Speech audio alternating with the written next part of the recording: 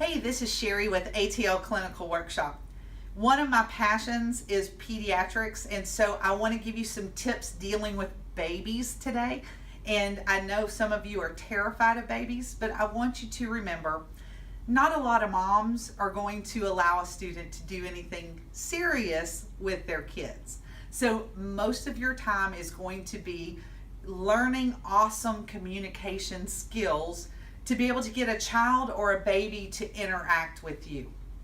I want you to use these tips. Utilize that mom or that caregiver that's with the baby all the time. They can give you great pointers and have them right there with you. Don't be afraid to ask them questions and to use them to your advantage.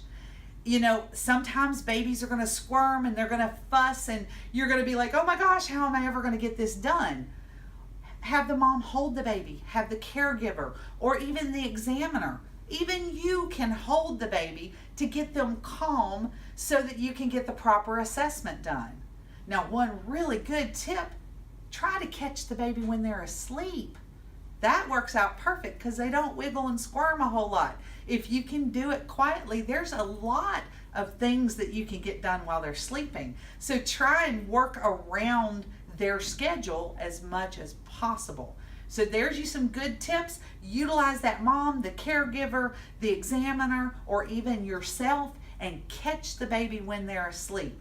And then learn to just enjoy the playtime, because most of your assessments are surrounding play and getting them, coercing them to do something that you need them to do.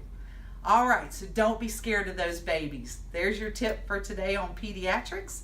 For more information, visit our website, www.atlclinicalworkshop.com.